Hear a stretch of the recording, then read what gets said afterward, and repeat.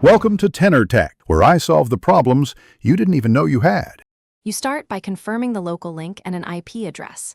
Use ipconfig or ifconfig now. You want to see a valid private IP and a gateway. Once done, note if the address is 169, 254, X or lacks a gateway because that means DHCP failed. Make sure your Wi-Fi or Ethernet shows the correct SSID or network name. If you see multiple similarly named networks, pick the right one. These facts tell you whether to renew DHCP or set a static address next. Once you've identified DHCP issues, force a release and renew, then immediately ping the gateway. If the gateway responds but 8 does too, DNS is the problem. If 8 fails, routing or upstream modem is the issue.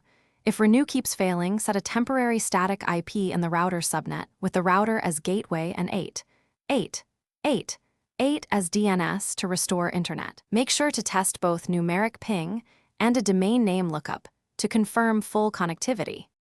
To finish, power cycle the modem first, wait 2 minutes, then reboot the router. You want the modem fully synchronized before the router requests an address. If problems persist, factory reset the router and reapply ISP credentials or PPPoE info. Only do this when you have the settings saved. If you still lack internet, capture modem LED status and contact your ISP. This one troubleshooting tip often saves time because carrier-side sync or provisioning issues are the single most common cause of connected but Thanks for watching. Subscribe to keep your life in tune.